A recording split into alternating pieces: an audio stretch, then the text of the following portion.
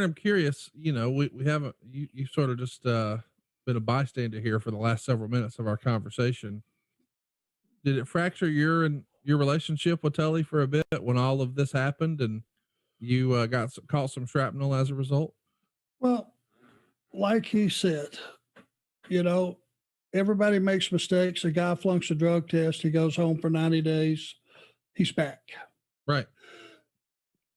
Uh, People will tell you a lot of things about me, smart ass, indignant, uh, what have you.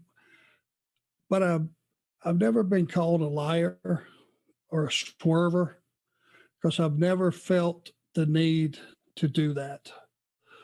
And the thing that bothered me the most is we went to work on a handshake deal with Vince McMahon. The reason we left is at the point in the fiscal year, we were $50,000 behind what we had made for Crockett. We called it to his attention, gave him the opportunity to make it right, just catch us up to where we were, and we'll go forward. He said, give me till the next TVs to think about it. In good faith, we went out every night and busted our ass and still gave his product everything we had. 3 weeks later, we walked in. He said, well, guys, I've looked it over. I can't write you both a check for 50 grand. I just can't do that. So I'm going to let you work your notice out. So, when you lose faith again, when you get lied to again, then the deal comes up, that we have that has been, Rick was one of the guys that was in there and going to bat for that deal too. So now I get to Atlanta with no forewarning, and I walk in, sit down with Jim Hurd, and he says, I got some bad news, Arn. It was just this how callous.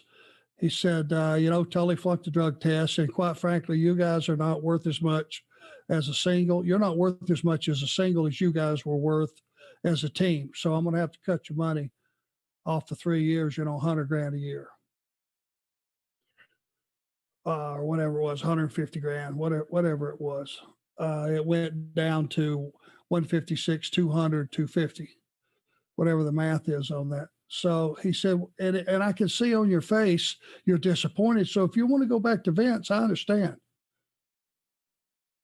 Now that's the stupidity that I've left Vince McMahon, who he did use us well. It was a question of dollars and cents.